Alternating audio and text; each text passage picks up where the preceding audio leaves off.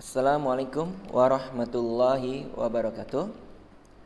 Oke, kita berjumpa kembali dalam video pembelajaran matematika. Di kesempatan kali ini kita akan bahas materi mata kuliah matematika diskrit. Ya. Babnya adalah logika, kemudian subbabnya adalah argumen. Oke, kita awali dari pendahuluan ya. Pendahuluan ini berisi tentang definisi atau pengertian dari argumen. Penjelasannya nanti akan saya sajikan dalam bentuk diagram ya, biar lebih memudahkan proses pemahaman. Argumen, kita awali dari pengertiannya. Argumen jelas berbeda pengertiannya kalau di bahasa Indonesia. Argumen di dalam bahasa Indonesia itu adalah pendapat ya. Nah, sekarang argumen di dalam matematika diskrit itu apa? Oke. Argumen di dalam matematika diskrit itu adalah deret proposisi ya. Atau secara sederhana kita katakan sebagai kumpulan proposisi ya, yang berbentuk ya. Nah, di sini ada bentuknya ya. Yang berbentuk, nah, bentuknya adalah P1, P2 sampai Pn.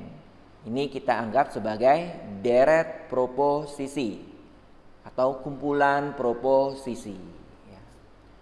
Kemudian diakhiri dengan ki ya. Ini adalah bentuk dari argumen ya. Sekali lagi dapat kita artikan argumen adalah deret proposisi yang berbentuk P1, P2 sampai Pn, kemudian diakhiri dengan ki. Oke, kita lanjutkan. Dari bentuk ini kita dapat maknai ya.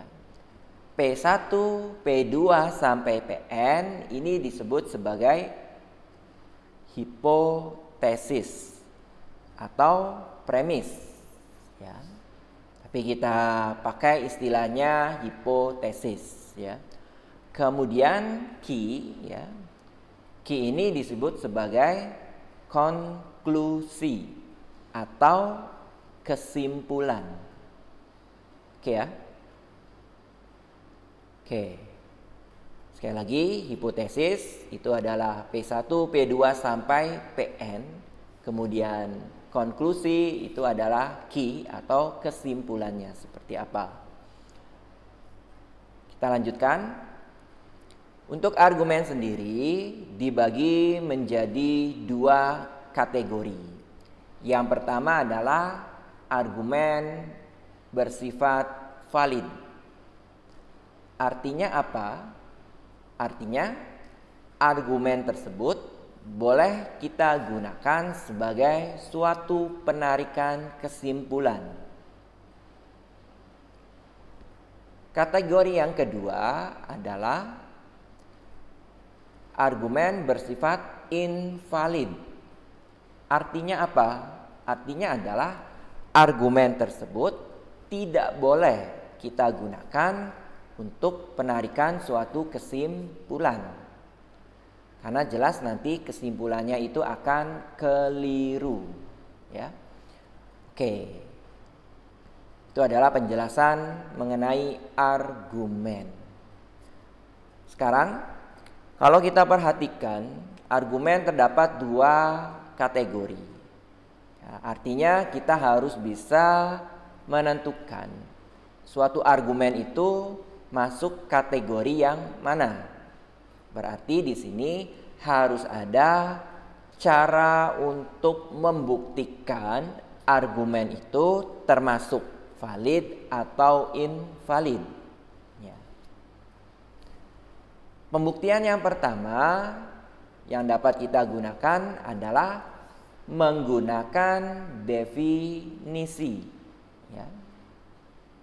Ini cara yang pertama.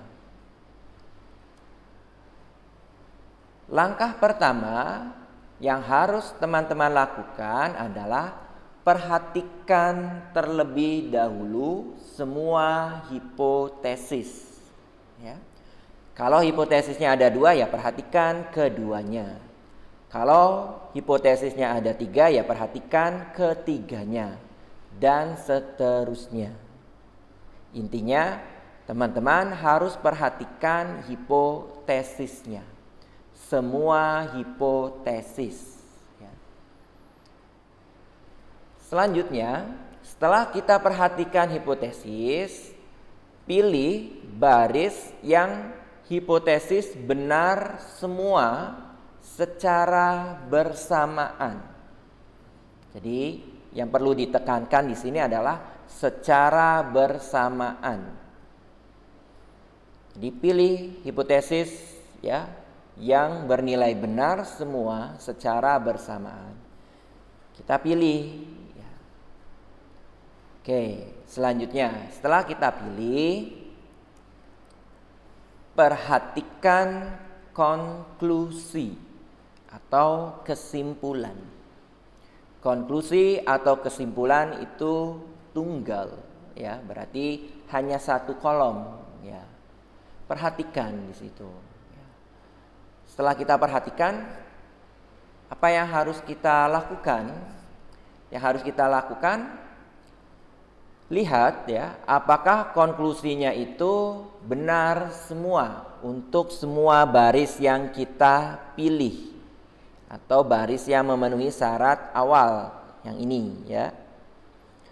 Kalau benar semua konklusinya, maka dapat kita simpulkan argumen bersifat valid ya. Kemudian kemungkinan yang kedua, konklusi ada yang salah. Satu salah saja itu sudah dikatakan ada yang salah.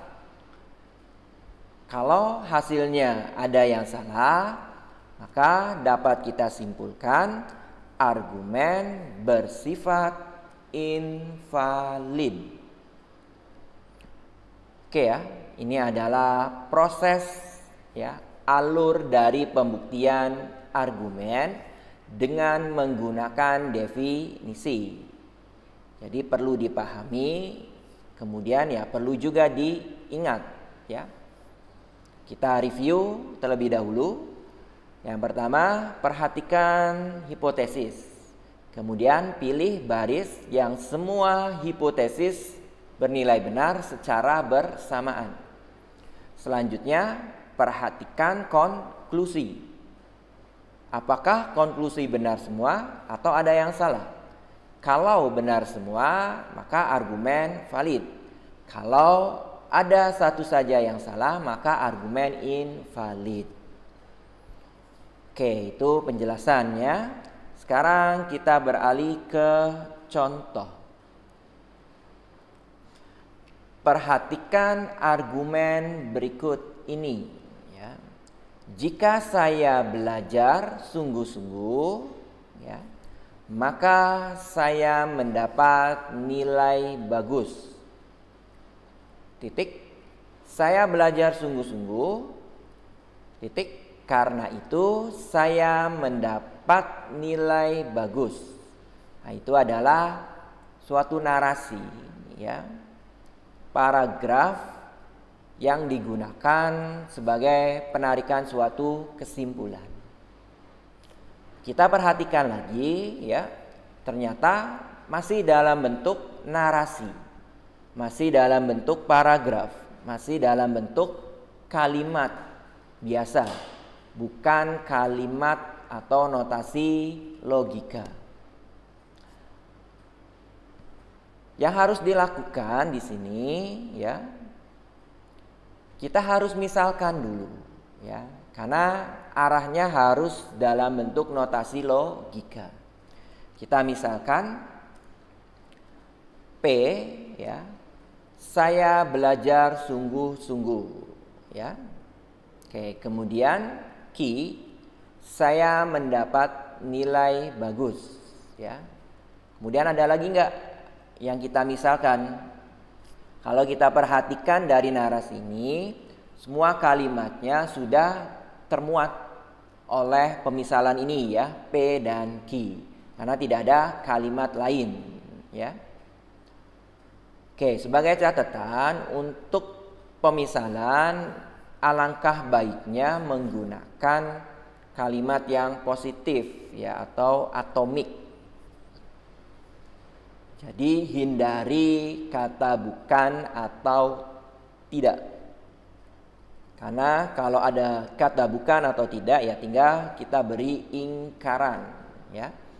Sekali lagi, alangkah baiknya pemisalannya itu kalimat yang positif, ya, tidak memuat bukan atau tidak. Kemudian bentuknya juga harus proposisi atomik. Tidak terdapat kombinasi atau operasi logika. Oke, kembali ke pemisalan. Di sini cukup 2 pemisalan saja. Berikutnya kita lihat, ya. Narasi ini ternyata ada 2 hipotesis dan 1 konklusi. Kalimat pertama ini adalah hipotesis pertama. Kalimat kedua adalah hipotesis yang kedua.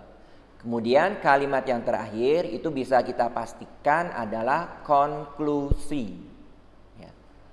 Oke, sekarang kita akan ubah kalimat yang pertama ke dalam notasi matematika. Jika saya belajar sungguh-sungguh, maka saya mendapat nilai bagus. Kita perhatikan kalimat ini menggunakan kata hubung jika maka. Maka notasi logikanya adalah implikasi. Ya. Oke, jadi hipotesis pertama dapat kita ubah ke dalam bentuk notasinya adalah jika P maka Q. Ya. Karena kalimatnya menggunakan jika maka, kemudian ada kalimat saya belajar sungguh-sungguh, berarti kan P, maka saya mendapat nilai bagus, berarti Q. Jadi notasinya adalah jika P maka Q. Berikutnya, hipotesis yang kedua. Kalimatnya saya belajar sungguh-sungguh. Kita perhatikan tidak ada kata hubung. Berarti tidak menggunakan kombinasi atau operasi logika di sini. Saya belajar sungguh-sungguh. Ternyata sama saja dengan P. Berarti hipotesis yang kedua notasinya adalah P. Oke ya, cukup jelas. Kita lanjutkan. Berikutnya yang kalimat terakhir tadi sudah dikatakan merupakan konklusi. Berarti di sini konklusinya saya mendapat nilai bagus. Ternyata tidak ada kata hubung, tidak ada kombinasi, tidak ada operasi, ya. Berarti atomik atau tunggal. Saya mendapat nilai bagus, berarti konklusinya adalah Q. Oke, jadi kita sudah berhasil mengubah narasi, ya, paragraf ke dalam notasi argumennya. Notasinya, hipotesis yang pertama jika P maka Q. Hipotesis yang kedua adalah P, konklusinya adalah Q. Ini harus dipastikan benar, ya, karena mempengaruhi proses berikutnya. Dan saya rasa ini sudah tepat, ya. Jadi kita akan beralih ke proses berikutnya. Proses berikutnya kita harus membuat tabel kebenaran, ya. Tabel kebenaran dari mana? Dari bentuk notasi argumen ini. Untuk membuat tabel kebenaran, ya kita harus tentukan dulu proposisi atomik. Ya, jumlahnya ada berapa? Ya, kita lihat saja di pemisalannya. Di sini hanya ada 2 pemisalan, berarti ada 2 proposisi atomik. Kalau 2 proposisi atomik, berarti jumlah baris yang harus kita buat adalah 4. Ya, 2 pangkat N, N-nya adalah 2. Berarti 2 pangkat 2 sama dengan 4. Ya. Kita tulis di sini P, ya. Benar, benar, salah, salah. Kemudian Q, benar, salah, benar, salah. Kemudian kolom berikutnya, jika P maka Q. Benar, benar, implikasi benar. Benar, salah, implikasi salah. Salah, benar, implikasi benar. Salah, salah, implikasi benar. Oke, ini adalah tabel kebenaran yang kita butuhkan. Kita cek ya. Jika P maka Q sudah ada. Kemudian P sudah ada. Q juga sudah ada. Artinya sudah selesai tabel kebenaran yang kita buat. Ya. Selanjutnya ya kita masuk ke algoritma dari definisi ya untuk membuktikan suatu argumen. Yang pertama, perhatikan hipotesis. Karena hipotesisnya ada 2 ya kita harus perhatikan keduanya. Hipotesis yang pertama ya ini jika P maka Q.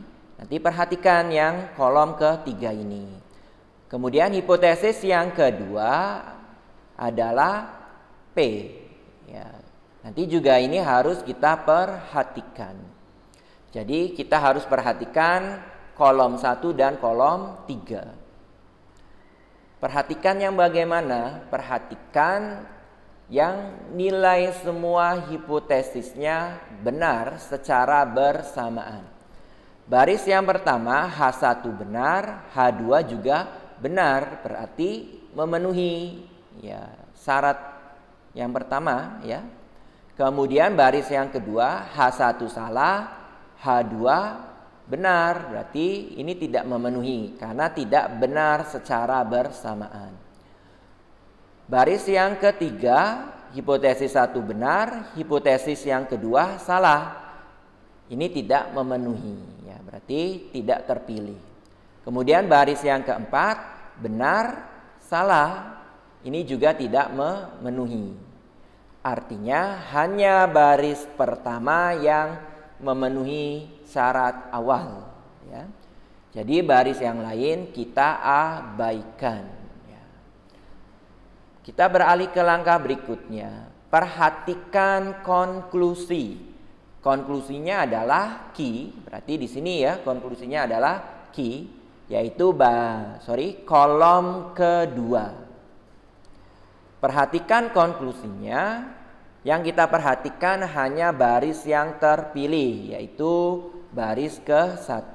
Lihat konklusinya ternyata benar. Berarti termasuk semua konklusi bernilai benar ya. Ini konklusinya bernilai benar. Maka memenuhi syarat di sini ya. Semua konklusi benar ya, karena ada satu baris benar ya, kita anggap semua konklusinya adalah benar. Karena hipotesis benar semua ada di baris 1, kemudian konklusi baris 1 juga benar, maka argumen valid ya. Oke, ini adalah penjelasan berkaitan dengan pembuktian argumen dengan menggunakan definisi. Oke, mudah-mudahan cukup jelas dan mudah untuk dipahami. Nanti kita akan lanjutkan ke contoh yang kedua. Tapi sebelumnya saya akhiri dulu. Wassalamualaikum warahmatullahi wabarakatuh.